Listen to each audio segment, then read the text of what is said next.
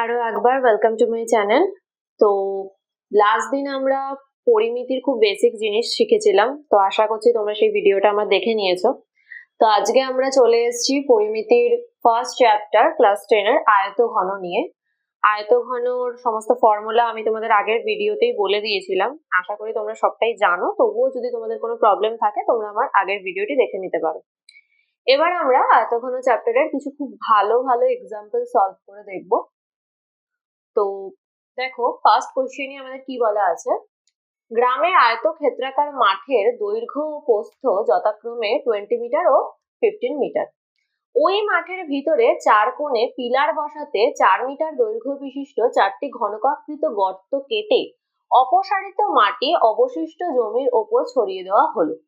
তাহলে মাঠের তলের উচ্চতা কত বৃদ্ধি পাবে?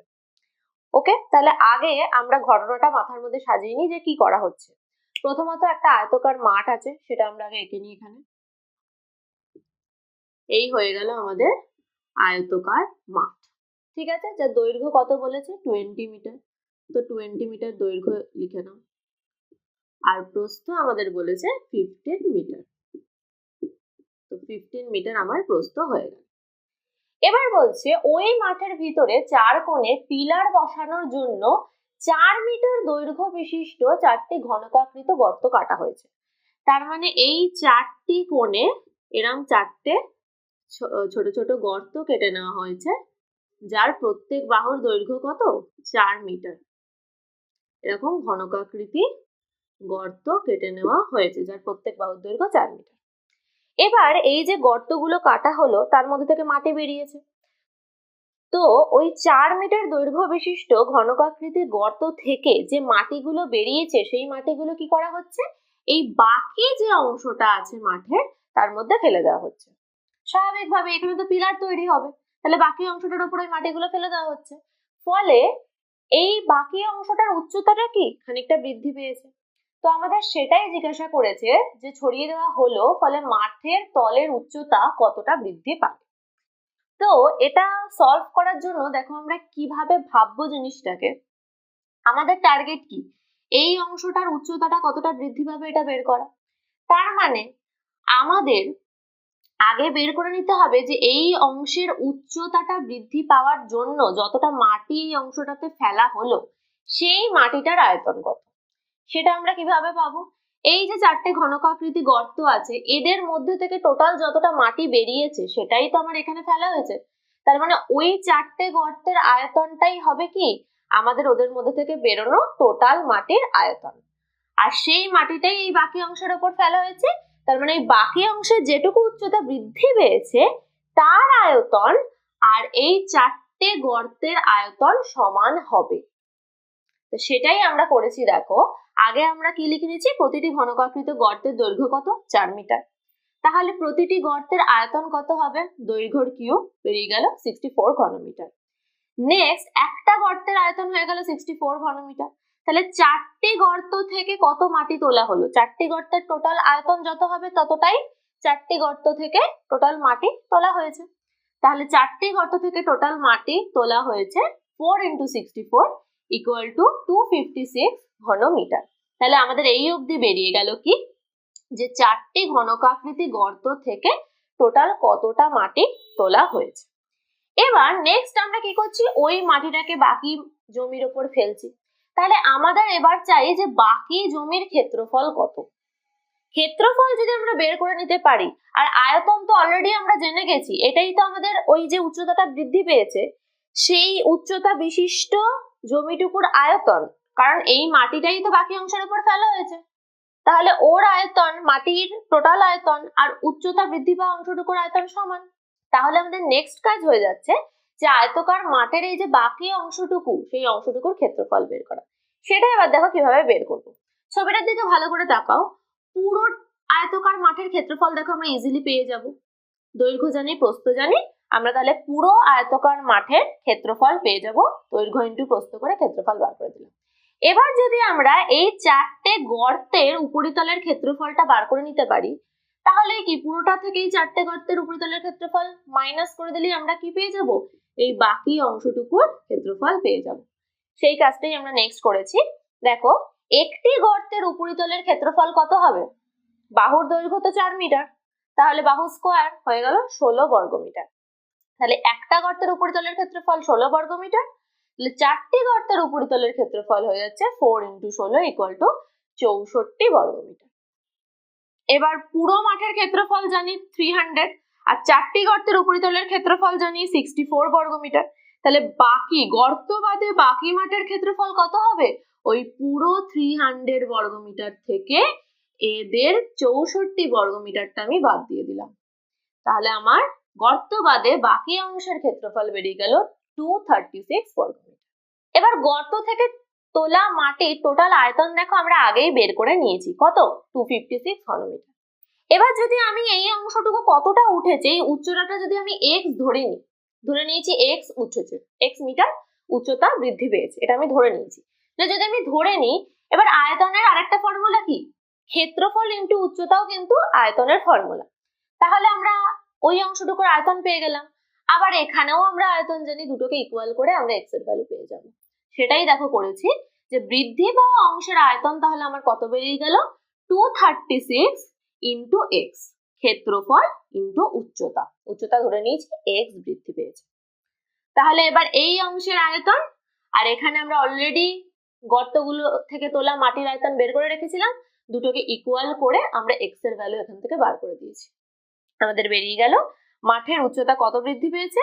1.559 মিটার বৃদ্ধি পেয়েছে। ব্যাস, এই হয়ে গেল আমাদের অঙ্ক। এবার আমরা চলে আসি নেক্সট কোশ্চেনে।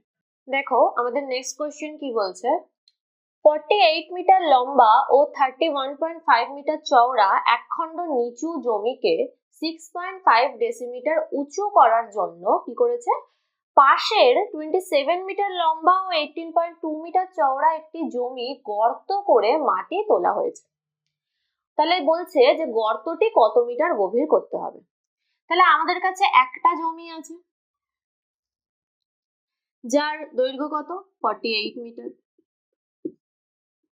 আর প্রস্থ কত বলছে? 31.5 মিটার।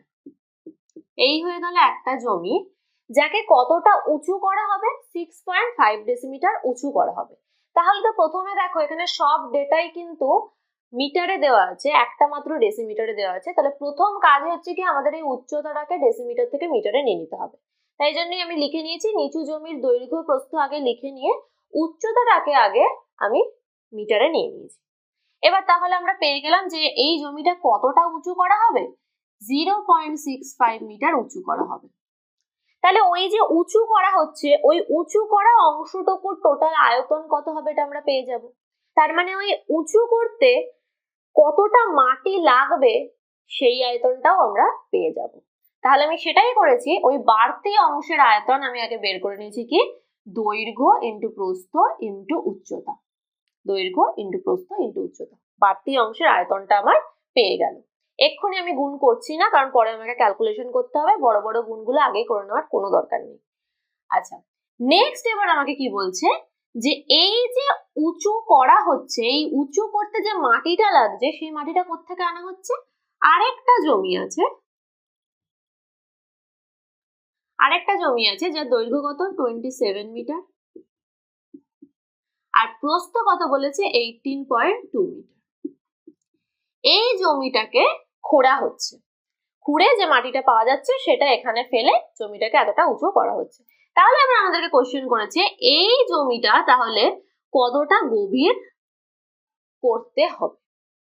তাহলে দেখো আমরা কি করলাম, প্রথমত এই জমিটা যতটাই গভীর করতে হবে সেই গভীরতা দৈর্ঘ্য ইন্টু প্রস্থ ইন্টু গভীরতা করে যে আয়তনটা আমরা পাবো সেটাই হবে সেই গর্ত থেকে তোলা মাটির আয়তন। সেই মাটিটাই আবার এখানে ফেলে এই জমির উচ্চতা 0.65 মিটার বাড়ানো হচ্ছে। তার মানে এই জমিটা যতটা গভীর করা হচ্ছে তার টোটাল আয়তন আর এই জমিটা যতটা উঁচু হচ্ছে তার ফলে তার টোটাল আয়তন আমাদের সমান হবে। তাহলে আমি যদি ধরে নিই যে জমিটি x মিটার গভীর করতে হবে, তাহলেই আমি কি পেয়ে যাব? ওই জমি থেকে তুলে আনা মাটির আয়তন আমি পেয়ে যাব। কত? দৈর্ঘ্য ইন্টু প্রস্থ ইন্টু ওই ধরে নেওয়া গভীরতা x হয়ে গেল। তার মানে এই দুটো আয়তনে কি আমাদের সমান। প্রশ্ন অনুযায়ী আমরা দুটো আয়তনকে সমান করে দিয়েছি, তারপরে আমরা x এর ভ্যালু এবার ক্যালকুলেশন করে বার করে দেবে। এই ক্যালকুলেশনটা তোমরা নিশ্চয়ই করতে পারবে। তাহলে আমাদের x এর ভ্যালু বেরিয়ে যাবে এখান থেকে 2, তাহলে বেরিয়ে গেল গর্তটি আমাদের 2 মিটার গভীর করতে হবে।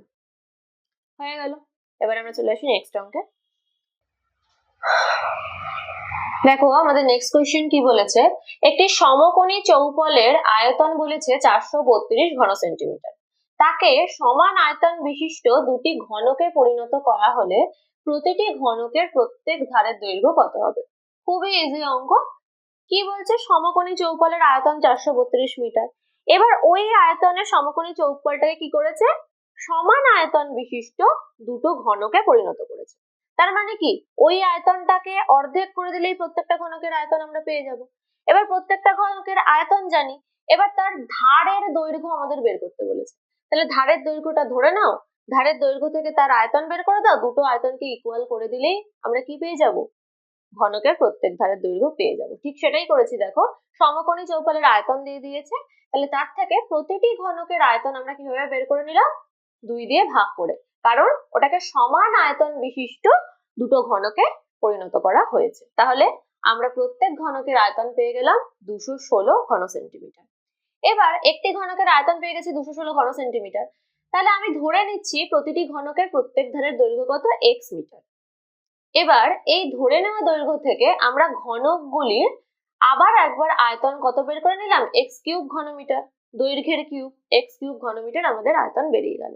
এবার একটা আয়তন আমরা আগে পেয়েছি 216, এখন আরেকটা আয়তন পেয়ে গেছি x কিউব, দুটোকে ইকুয়াল করে দিয়ে আমাদের x এর ভ্যালু পেয়ে গেলাম কত, 6 মিটার। তাহলে আমাদের ঘনকের প্রত্যেক ধারের দৈর্ঘ্য বেরিয়ে গেল 6 মিটার। খুবই ইজি অঙ্ক। চলো এবার নেক্সট কোয়েশ্চেনে চলে আসি। দেখো আমাদের নেক্সট অঙ্ক কি বলেছে, একটি বর্গাকার ভূমি বিশিষ্ট পিতলের প্লেটের দৈর্ঘ্য বলে দিয়েছে 1 সেন্টিমিটার আর বেধ বলে দিয়েছে 1 মিলিমিটার এবং প্লেটটির ওজন বলছে 4725 গ্রাম। যদি 1 ঘন সেমি পিতলের ওজন এত গ্রাম হয় তাহলে x এর মান কত হবে? অঙ্কটাকে কিভাবে মাথার মধ্যে ভাববো দেখো, প্রথমত তো বর্গাকার ভূমি বিশিষ্ট পিতলের প্লেট, তাহলে দৈর্ঘ্য x হলে প্রস্থ কত হবে, x হবে, আর বেধ আমাদের বলে দিয়েছে 1 মিলিমিটার। তাহলে এই তিনটেকে মিলিয়ে আমরা প্লেটটার আয়তন পেয়ে যাব। এবার প্লেটটার আয়তন আমাদের ঘন সেন্টিমিটারে বেরোবে, তাহলে 1 ঘন সেন্টিমিটার পিতলের ওজন আমাদের বলে দিয়েছে এত গ্রাম, তাহলে যত ঘন সেন্টিমিটার পিতলের আয়তন আমাদের বেরিয়েছে তত ঘন সেন্টিমিটার পিতলের ওজন আমরা এটার থেকে বার করে নেব। এবার আমরা প্লেটটার একটা ওজন তাহলে পেয়ে যাব এই x জিনিসটাকে ব্যবহার করে, আর আমাদের অলরেডি পিতলের প্লেটের ওজন কিন্তু বলে দিয়েছে প্রশ্নে, দুটোকে ইকুয়াল করলে আমাদের x এর ভ্যালু বেরিয়ে যাবে।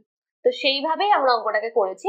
দেখো প্রথমেই বর্গাকার ভূমি বিশিষ্ট প্লেটের দৈর্ঘ্য লিখে নিয়েছি x, আর বেধ কত লিখে নিয়েছি 1 মিলিমিটার। এবার যেহেতু সবকিছুই দেখো এখানে সেন্টিমিটারে আছে, তাহলে মিলিমিটারটাকে আমরা ফার্স্টে সেন্টিমিটারে নিয়ে নিয়েছি।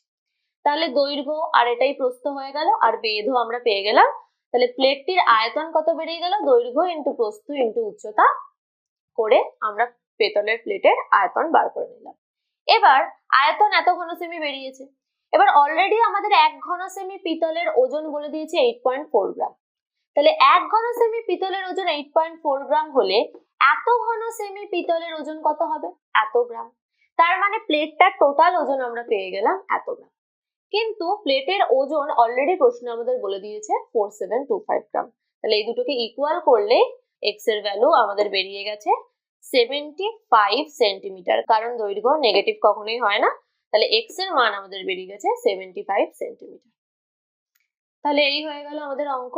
আজকে আমরা বেশ ভালো ভালো কয়েকটা এক্সাম্পল করে দেখলাম আয়তঘন চ্যাপ্টারে। নেক্সট দিন আমরা আরো কয়েকটা ভালো ভালো এক্সাম্পল নিয়ে আসবো। এই অঙ্ক থেকে বা আরো কোনো অঙ্ক থেকে কোনো সমস্যা থেকে থাকলে প্লিজ আমাকে কমেন্ট সেকশনে অবশ্যই জানাবে। আর তোমরা যদি অন্য কোনো চ্যাপ্টার চাও আমি কভার করি, আমাকে কমেন্ট সেকশনে জানিও, আমি অবশ্যই চেষ্টা করব সেই সংক্রান্ত নতুন ভিডিও নিয়ে আসার। তো আমার চ্যানেলটিকে প্লিজ সাবস্ক্রাইব করে দিও, বেল আইকনটি প্রেস করে দিও, বন্ধুদের সাথে শেয়ার করে দিও, যাতে আমি উৎসাহ পাই তোমাদের জন্য নতুন নতুন ভিডিও নিয়ে আসা। Thank you.